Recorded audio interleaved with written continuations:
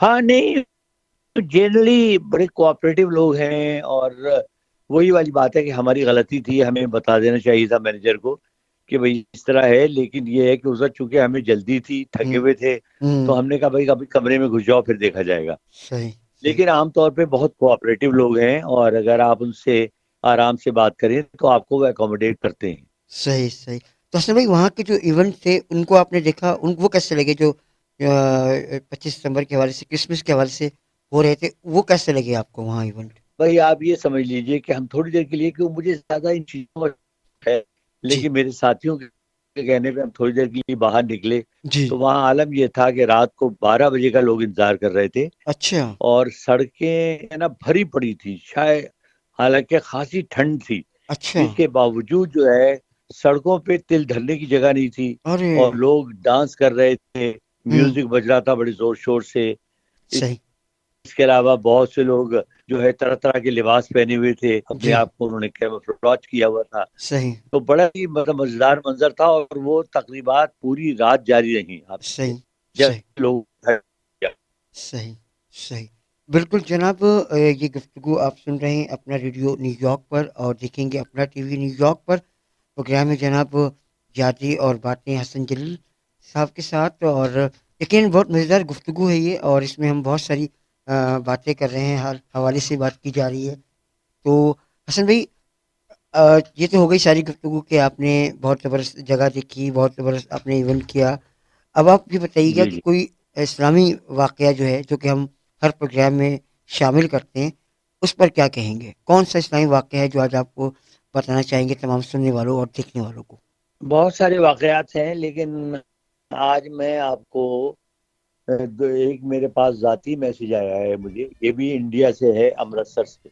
और इन्होंने मुझसे फरमाइश की है कि जी आप को कमेंट्री में, वैसे तो आप कमेंट्री बॉक्स में बैठ के कमेंट्री करते हैं, जी, जी। लेकिन आप एक दफा बता रहे थे कि बाज औक़ात आपको बड़े बड़े अजीब हालात में भी कमेंट्री जी, करनी पड़ी। तो जी, जी। आप उनके बारे में हमें बताइए कि उसमें आप पर क्या गुजरी और कैसे आपने।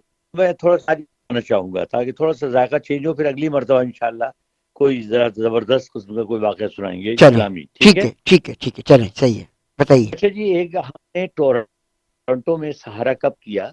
टोरंटो में सहारा कप शुरू हुआ था, जिसमें इंडिया और पाकिस्तान की टीमें 5 वनडे इंटरनेशनल मैचेस खेलती थी। जी। 1997 में मैं और हुँ। मेरे साथी शहजाद हुमायूं, सही, बेचारे सही। अब उस दुनिया में नहीं है, हम जी, दोनों वहां गए। जी, अच्छा, जिस जगह पर, जिस ग्राउंड पर ये मैचेस खेले जा रहे थे, जी, जी, वो ग्राउंड एक्चुअली क्रिकेट का ग्राउंड नहीं था। जी। वो पर वहां पर बॉलिंग और दूसरे रग्बी और इस किस्म के मैचेस होते थे। सही, उसको आरजी तौर पे क्रिकेट ग्राउंड में कन्वर्ट कर दिया गया था, सही। और वहां पर कमेंट्री बॉक्स भी नहीं था। तो जी। कमेंट्री बॉक्स के लिए जब हमें बताया गया कि भाई आपके लिए बना दिया गया है, हुँ, हुँ। तो हम समझे कि कमेंट्री बॉक्स आम जगहों पर होता है। अच्छा। लेकिन जब हम वहां गए तो हमारे पैरों तले जमीन निकल गई, ओहो!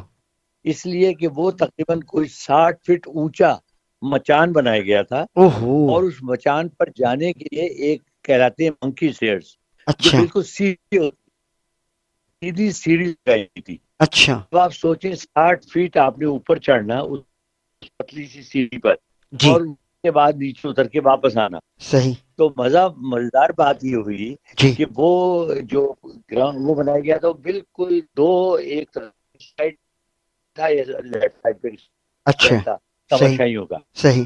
तो जब हमने चढ़ना शुरू किया जी, कमेंट्री बॉक्स में जाने के लिए, तो पहली मरतबा तो तमाशाइयों ने तवज्जो नहीं दी। जी।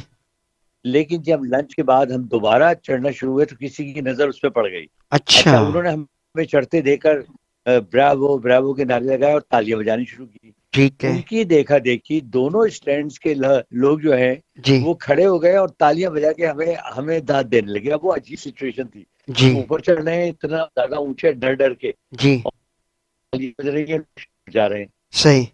और जितने दिन वो मैचेस रहे, 5 दिन, जी, हमें यही सूरत हाल का सामना करना पड़ा कि जब हम चढ़ते थे तो जी, लोग तालियां बजाते थे, जब हम उतरते थे जी। तो लोग तालियां बजाते थे। सही। लेकिन वो इतना ऊंचा था कि हमारे प्रोड्यूसर साहब ने हुँ। ऊपर चढ़ने के बाद नीचे आने से मना कर दिया। अच्छा। मैं ऊपर नहीं जाऊंगा। ओह! तो ये कोई 5 दिन हमारे साथ ये गुजरी, लेकिन बड़ा मजा आया। वो भी एक एडवेंचर था अच्छा खासा।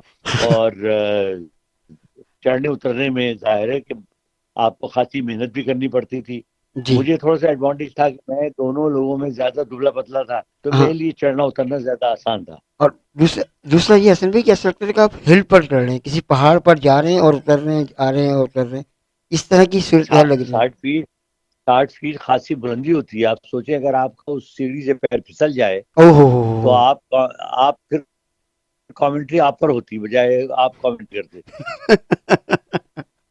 सही बात है, सही बात है। और यकीनन ये बजाय तो लोगों को, जो लोग सुन रहे होते हैं उनको वाक़ई नहीं पता होता कि लेकिन इस पर्दे के पीछे कितनी सारी चीज़ें होती हैं जो वाक़ई जो लोग जो है समझते हैं शायद ये बहुत कंफर्टेबल तरीके से बैठे हुए हैं और आराम से एसी के कमरे में हैं। और जनाब कभी-कभी ऐसा भी होता है, आप ये देखिए कि 60 फीट चढ़कर जाना, कमेंट्री करना और फिर वापस नीचे आना, अगर इन केस कोई क्या? इमरजेंसी हो गई तो उसके ऊपर क्या होगा? मतलब ये पर्दे के वो पीछे के वाक़यात हैं, जो शायद लोगों को जब हम बताते हैं, जैसे आपने के साथ ये हुआ है, तो आज लोग कह रहे होंगे, हैं, ऐसा भी होता है?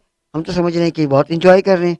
अच्छा, क्राउड के दरमियान बैठ के भी कमेंट्री हमें कई मरतबा करनी पड़ी। ओह हो! जिस जगह मसलन गवालियार में हमने कमेंट्री की 1997 में वर्ल्ड कप के मैचेस में, अच्छा। वो भारत और वेस्ट इंडीज का मैच था।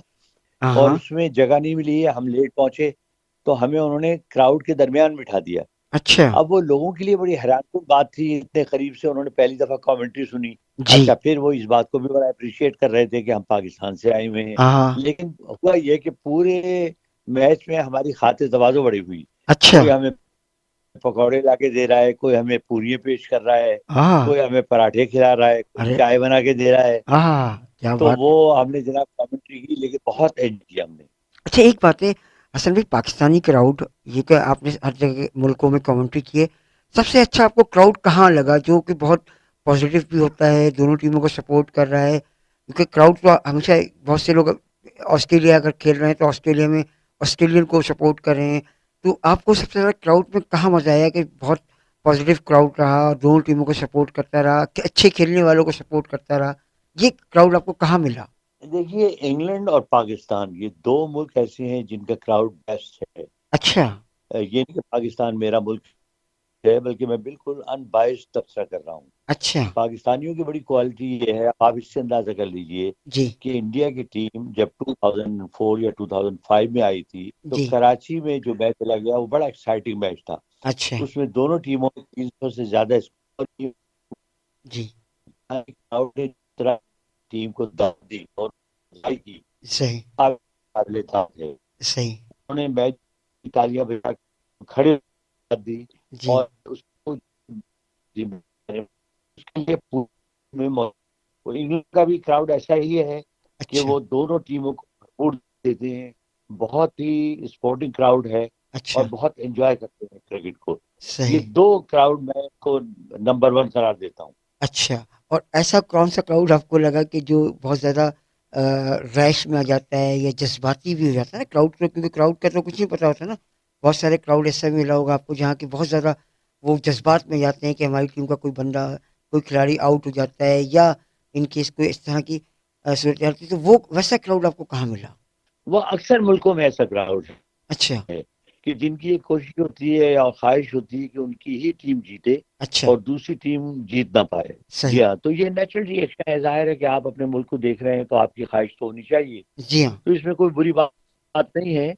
लेकिन जाहिर है कि थोड़ी सी नाखुशगवार वाकयात भी बाज़ औक़ात पेश आए, लेकिन वो बहुत जी। मामूली से वाकयात होते हैं, कहीं कहीं होते हैं। अच्छा। और मेरा ख्याल है कि स्पोर्ट्समैन स्पिरिट का तकाजा यही है कि भाई आप उनको नज़रअंदाज करें। सही, सही।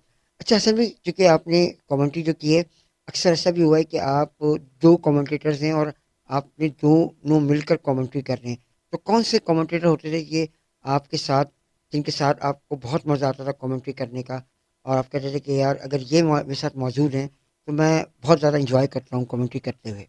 देखिए, मैं मैंने जिस दौर में कमेंट्री शुरू की, उस दौर में सारे ही कमेंटेटर एक से एक बढ़ गए थे। सही। उमर कुरैशी साहब एक लेजेंडरी कमेंटेटर जी थे, हाँ। इफ्तिखार अहमद साहब, जी। चिश्ती मुजाहिद साहब, सही। शहजाद हुमायूं, सही। तारिक रहीम, सही। ये सारे टॉप क्लास कमेंटेटर थे जी, और जी। बहुत अच्छी कमेंट्री किया करते थे। सही। और मैं समझता चाहता हूँ कि मेरा इन तमाम कमेंटेटर के साथ बहुत अच्छी केमिस्ट्री भी